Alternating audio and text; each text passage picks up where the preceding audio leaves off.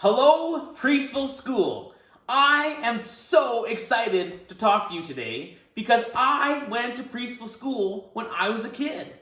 And now I'm going to read The Girl Who Was Brave Enough, my book, to you.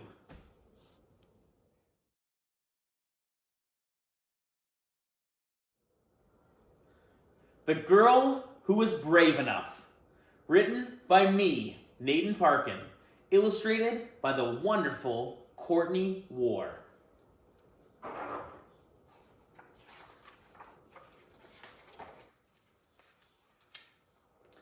Once upon a time, there was a girl who lived with her father in an ordinary house. Together, they would walk by the ocean and see the sailors and the shipbuilders. One day, the girl said to her father, "I would never be brave enough to sail the ocean." "If those sailors can be brave enough, you can be brave enough," her father replied. On the way home, they walked past construction workers building houses. The girl said to her father, "I would never be strong enough to build a house."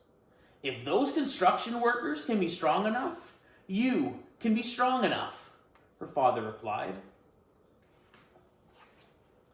Time passed, and the girl grew up and learned how to sail. She would sail up the coast and see the sailors and the shipbuilders. She would sail farther and see the construction workers building houses. One day, while she was out sailing, she got caught in an incredible storm. The winds blew her far from her home and far from her father. When the storm stopped, she found herself on a tropical island. She sat down beside her broken boat and became very afraid. Then she remembered how brave the sailors were, and she was a sailor. She stood up and decided to explore the island. While out exploring, it began to rain. The girl became wet and cold. She sat down under a tree and started to shiver. Then she remembered her father had said that she could be as strong as a construction worker. She stopped shivering, stood up, and built herself a small house.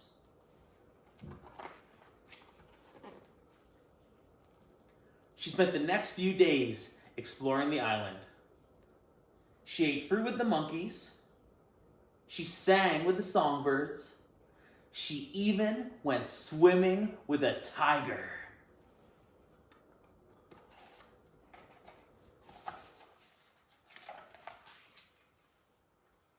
After a while, she began to miss her home and her father. She sat down beside her broken boat and she started to cry.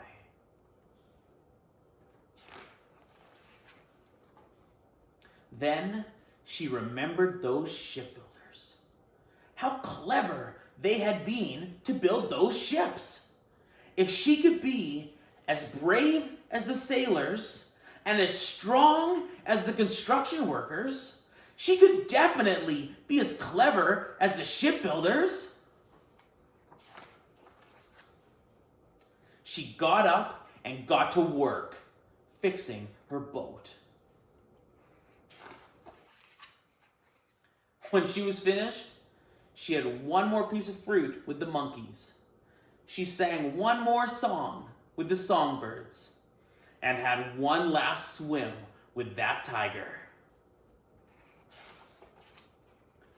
Then the girl who was brave enough, strong enough, and clever enough sailed home to tell her father about her wonderful adventure.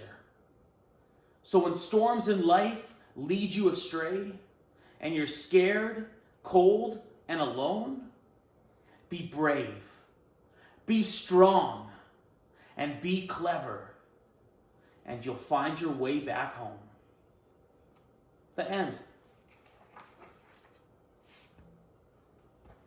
Thank you so much for letting me read The Girl Who Was Brave Enough to You. Once again, my name's Nathan Parkin, and it was illustrated by the wonderful Courtney Ward.